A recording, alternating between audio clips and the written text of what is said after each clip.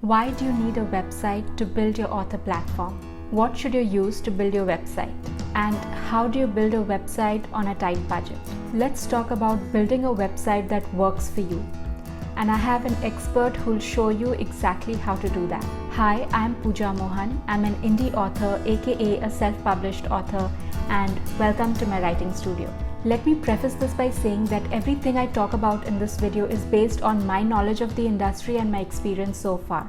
There is a lot of information available on the internet, and I urge you to do your own research before you make a decision about what is right for you. Web trends and technologies change very frequently, and there are many opinions on the subject. The algorithms and policies of websites and social media also change frequently. So please bear this in mind and take everything I share as general guidelines and not as an absolute knowledge. In my video on why you need an author's platform, I mentioned that all social media platforms are someone else's. So any changes to their algorithms, their terms and conditions, their policies will affect you positively or negatively. For example, Instagram shows your posts to about 10 to 20% of your followers. And of those, only about 10% will engage, that is, like your post or comment on it. So if you do the math, that's a very tiny percentage of people. But your website is yours, and anyone who's coming to your website is already engaged with your content, since they're there because they're interested to find out more about you and your books. So no matter what social media platform you pick, your website should work with it to build your author platform. And today I want to dive into the nitty-gritty of building a website for authors. Tell you about the tools that are available to us for creating an author website, what should go on it, and what are the pros and cons that we must consider. But if you have a website like I do, but it's not working for you, I don't want to waste your time. So you can skip to this point where Tushar, who's a website designer, will audit my current website, see what it looks like right now, and all the things that I can change to make it better and make it work harder for me. And maybe you might find something that you can apply to your website. There are 3 different ways you can get your website designed: DIY, hire someone, or use a template. Now there are pros and cons for each one of these, so take that in consideration when you're choosing what you want to go with. DIY is a good option for someone who's good at doing things themselves and they don't mind putting in the time and effort. But if you don't know how to do it, or you don't have the time to put in to learn, it's best not to go this route. Now it's almost free. You have to still pay for the domain name and for the platform on which you'll be hosting your site. And these costs will depend on your domain name as well as what are the charges of the hosting site. But it is relatively inexpensive. But know that this can take a lot of time, especially if you don't know anything about how to build a website. You'll have to put in a lot of time for research. So if you're good at design, researching things, you don't get frustrated easily, this might work for you. Also, if you're going for this, have a realistic expectation as to when and how fast you can get your website up and running. The next option is to hire a custom designer. Now this is the most expensive option. That's because you'll be working with a professional to do everything for you. If you'd rather put in your time and energy in your work, which in our case is writing and publishing our books, hand this work to someone who knows what they are doing. Remember, you get what you pay for. So if someone is offering you the moon for the price of peanuts, you have to be careful of that. Who should consider it? If you want someone to take this project off your plate and you want to concentrate on your work, then this option is for you. What can you expect? Know that you will require to put in some time to brief your designer. You'll have to give them the copy that needs to go on your website. So you will require to give in some time. And why should you wait to hire a professional? Now it's easy to get overexcited and go ahead and hire someone to do all this work for you. But take into consideration your budget.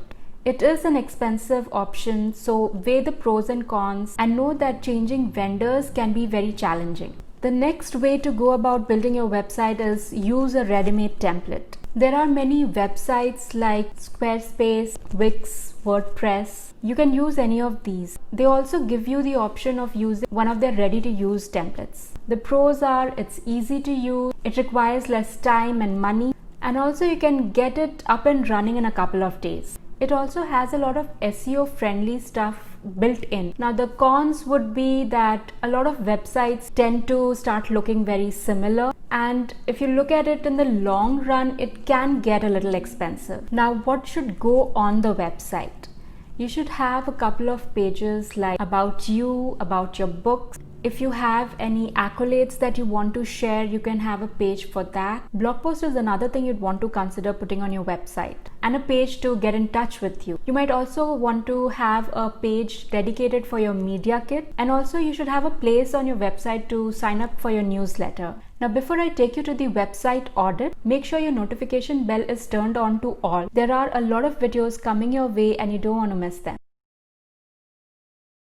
One of the most important and impactful aspects of a website is typography.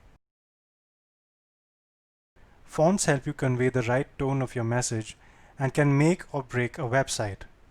Keep in mind that fonts are not always free to use within your own projects, so always ensure that you're using the fonts you have the rights to. There are many resources to find fonts, the most popular of which is Google Fonts. An additional benefit of Google Fonts is that it only includes fonts that you can use in your own projects without a copyright strike. Now on Google Fonts page, you have a gallery of all the most popular fonts on the internet right now. When you make your selection, it gives you preview in different styles and sizes. You can also download the font for offline use. Next up, color palette. The color palette, similar to typography, helps convey your message better. However, it has a very big advantage of helping you also make your content more legible. Remember that even though you may look at your content closely in an indoor environment on a high quality screen, a vast majority of your audience may not. Your content needs to be easy on the eye, quick to read, and also not take too much of an effort to read. A good contrasting color palette will help you achieve all of these things. One tool I use to generate color palettes is Coolers. When you hit the generate button, it gives you a random color palette, and you can generate more such palettes by just hitting the spacebar till you find the color palette that connects the most with you. Next up, search engine optimization. For people to find your website when they search for it, it needs to be made in such a way that is easier for different web search engines to go through it. This is a very deep topic and you will need to spend quite some time understanding it. The Google SEO Starter Guide is one good guide to get the basics sorted. There are also many tools online that help you analyze your website to figure out what you've done right and things you need to work on. Neil Patel's SEO Analyzer is one such tool. It gives you a quick audit of all the things that you've gotten right and things you need to work on. That's a lot to keep in mind. I've mentioned all the links in the description section. Now let's look at Puja's website. When you open the website, you are greeted with a promotion of her latest work. Next, a section which is basically her catalog of her current works, subdivided into two sections. Next, the section for her upcoming works. Then a section about her, and lastly, section of her newsletter. Now in order to convey the message better, I have designed Puja's website in my own way. First of all, let's look at the color palette.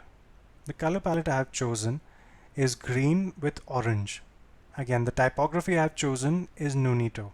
Now the reason for this is that the font that presently is on Puja's website is more of an industrial font. It's better to showcase products, but the purpose of Puja's website is to create a relationship with her audience. So a more relaxed and informal font looks better.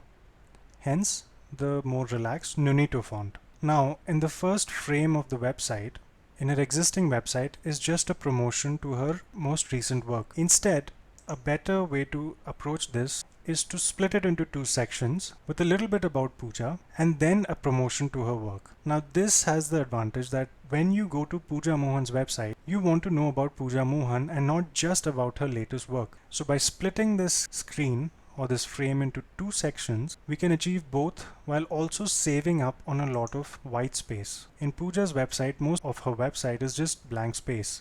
Now while this may give a clean aesthetic, it can be very cumbersome to scroll down all the way to find the thing that you're actually looking for. As much of the information as possible should be conveyed in the least number of scrolls. That's what we achieve in the new design. Now let's scroll down and go to her catalog section. We are again dividing it into two subsections, fiction and non-fiction. However, we have made a few tweaks. First of all, in her existing website, the heading for each subsection is center aligned. Now one thing you need to be very careful about is consistency. In most of her website, in the rest of her website rather, her headings are all left aligned, including her branding, which is what we have followed in the new design. The branding is on the left, the font weight as well as the font size remains consistent with all of the rest of the headings. Now this is another thing that we need to fix in the design. Let's again look at the existing catalog. Each product has its own image, that's good, and a call to action button at the bottom, but there is no differentiation between each product. It's difficult to say whether it is 3 different images of the same product or if it is 3 separate products. So in the new design, we fix that by putting each of these products in its own frame. We also make the call to action button or the buy now button more prominent by making it contrast with the rest of the type. Now let's go to the upcoming fictions section. Again, we move the heading to the left and we also make the size and thickness the same as the rest of the website. Lastly, we come down to her newsletter section. This again brings back the green color palette from the top to give more continuity to the website. And we also make the call to action button contrasting and front and center. Big, bold, contrasting buttons attract attention even when scrolling quickly. Lastly, we have her branding again, same to continue with the theme of continuity, all her social media links. So this way you see all the major aspects of web design in one glance. Now I know web development is a difficult field, it's a whole field in itself, and being able to summarize it in a few minutes is, well, impossible. But I hope I have pointed you in the right direction, and I hope I have been of a little help to you. Okay, now let's get back to Puja. Bye-bye, take care. Wow, that's a lot of things I can fix. I hope this gives you an idea about what an author website should look like and how to go about building one. If you have any specific questions, leave them in the comment section below and I'll try to answer them to the best of my ability. If you want to find out more about Tushar and his work, there is a link to his website that you can check out. If you have any questions about self-publishing, check out this video, and if you'd like to know more about the cost of self-publishing, check out this one. And I'll see you in the next one.